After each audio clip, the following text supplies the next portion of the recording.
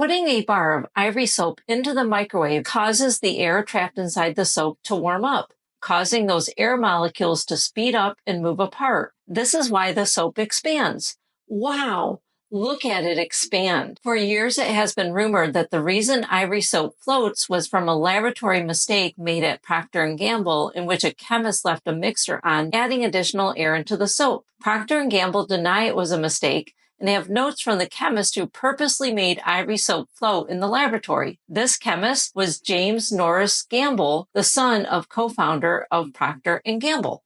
Ivory soap, which was developed in the late 1800s by a company called Procter & Gamble, is famous because it's the soap that floats. And having soap that floats is a huge hit when you're taking more baths than showers. Could you imagine trying to find that bar of soap at the bottom of your bathtub?